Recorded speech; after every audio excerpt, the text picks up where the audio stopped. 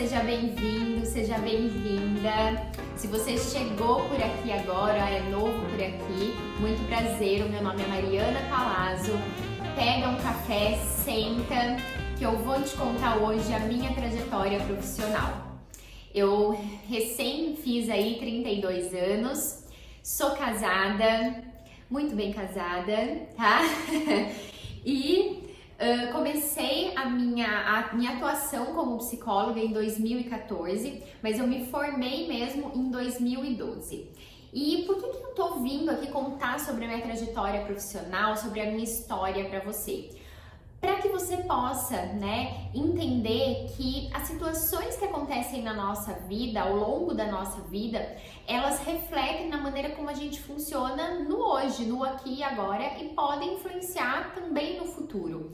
Então eu quero compartilhar com você aí algumas dores, alguns acontecimentos, e como isso refletiu e o que eu venho fazendo para superar essas coisas. E é por isso que, eu tô aqui hoje, considero que eu já conquistei bastante coisa aí na minha vida profissional, enfim. Então, bora lá. Eu entrei na graduação, e sempre fui uma pessoa muito ativa, assim, sempre fui muito independente, Eu sempre escutei muito isso também na minha casa, que eu era muito independente, enfim. E aí na graduação eu fiz um ano em Campinas, Se você não sabe, eu sou de Rio Claro, do interior de São Paulo. E eu fiz, o meu primeiro ano eu fiz em Campinas, porque eu tinha aquele desejo, como muitos adolescentes, de mudarem de cidade, irem morar sozinhos, enfim, olha a minha independência falando aí, E, acreditem se quiser, foi bastante difícil esse um ano que eu fiquei em Campinas, principalmente nos primeiros meses, foi um desafio, assim, Eu lembro que eu ia chorando muitas vezes, de ônibus, enfim. Mas eu acabei, a faculdade era boa, mas eu acabei não me identificando muito com as pessoas dali, com a própria, sabe aquela coisa que a gente vai com mais expectativa para a faculdade, Que eu ia me conectar com muitas pessoas, ia fazendo várias novas amizades, que eu ia ter um grupinho para sair, enfim, sempre fui muito rodinha no pé, como minha mãe diz. Mas eu não encontrei nada disso lá, nesse aspecto. E aí, por essa razão e por outras razões, até mesmo financeiras, porque como você deve imaginar, não é fácil, a gente pagar a faculdade particular, mas manter o filho em outra cidade, enfim, acabam sendo duas casas ali. E aí, juntando tudo, eu resolvi pedir transferência para Metodista de Piracicaba, que é aqui, uma cidade vizinha aqui de Rio Claro. Então vim pra cá e aí eu encontrei, esse grupo de amigas que eu me identificasse, participava de festas, enfim, aproveitei muito esse lado, mas junto com isso, claro, eu comecei a procurar estágios. E eu sempre falo isso muito para os meus clientes, para os meus orientandos, que a nossa vida profissional, ela começa na graduação, não é quando a gente se forma, é na graduação. Então eu tinha muito claro isso, que eu queria ter boas oportunidades ali. Eu sempre fui muito estudiosa, Minhas amigas brincavam muito comigo assim, nossa, que eu anotava, na lista de tarefas, reler tal material, e elas tiravam o maior sarro de mim, Se elas escutarem isso, elas vão lembrar e vão se divertir com essa memória. E além disso, então comecei a buscar estágio, Isso que eu ia falar, comecei a buscar estágios e, gente, eu não encontrava estágio. Não dava certo estágio. E aí eu queria um estágio remunerado, E fazia até entrevistas, era chamada para as entrevistas, mas eu não conseguia passar. E isso, numa sequência de vezes que foram acontecendo, começou a me desanimar, eu comecei a ficar frustrada e começou a colocar em xeque a minha competência, o quanto que eu realmente era boa, o quanto realmente eu tinha capacidade para conseguir um estágio. E aí isso começa a refletir na busca por outros estágios. Então, eu tinha muita vontade de participar de um trainee, por exemplo, de uma multinacional, porque eu sempre gostei muito da área organizacional. Então, o meu sonho era conseguir, um estágio na área organizacional, numa empresa multinacional, e aí eu já estava me imaginando lá crescendo dentro dessa empresa, né, depois de formada. Só que para isso a gente precisava aplicar, e ainda hoje é assim, né? São vários testes que a gente tem que fazer online mesmo, de raciocínio lógico e tudo, e eu não conseguia passar da primeira fase. Eu tinha muita dificuldade de fazer esses testes e eu me sentia assim completamente incompetente, essa é a verdade.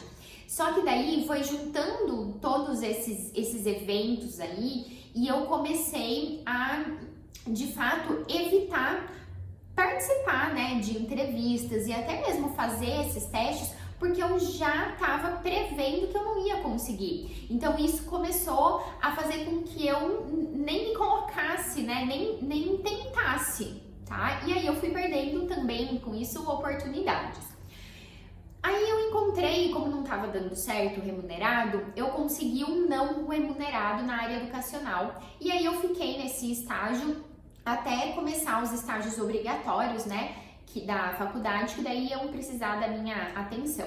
E aí, tudo bem, fiz o estágio, foi super válido, muito bom, aprendi muita coisa e tal. Mas eu ainda dentro de mim tinha aquela frustração de não ter conseguido um estágio remunerado e não ter, e com a vontade ainda, né, de entrar para a área organizacional.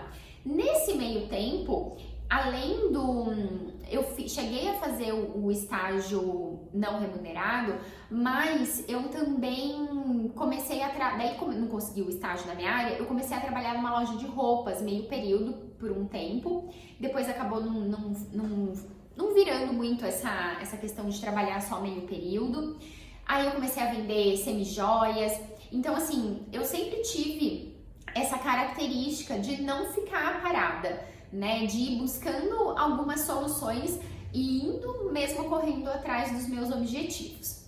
Enfim, chegou lá no último ano de faculdade, né, como eu já disse, eu queria muito essa área organizacional e eu não tinha inglês fluente. Então, na minha cabeça, eu pensei, bom, vou aproveitar que a minha irmã mora fora do Brasil, vou pra lá, vou fazer um curso de inglês, volto com o meu inglês bom e aí eu vou ter mais chances de conseguir uma vaga na empresa que eu tanto sonhava.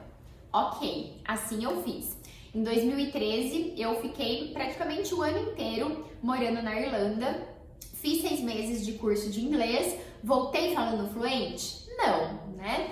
Mas valeu muito a experiência enquanto maturidade, enquanto conhecer culturas, conhecer pessoas. E sim, voltei falando um pouco de inglês, eu sei um pouco de inglês, mas não é fluente. E aí entra em xeque também que eu tenho vergonha de falar, de me expor e às vezes as pessoas tirarem sarro, né? Então percebam quanto que muitas das coisas que a gente deixa de fazer tem a ver com o que a gente pensa sobre aquilo.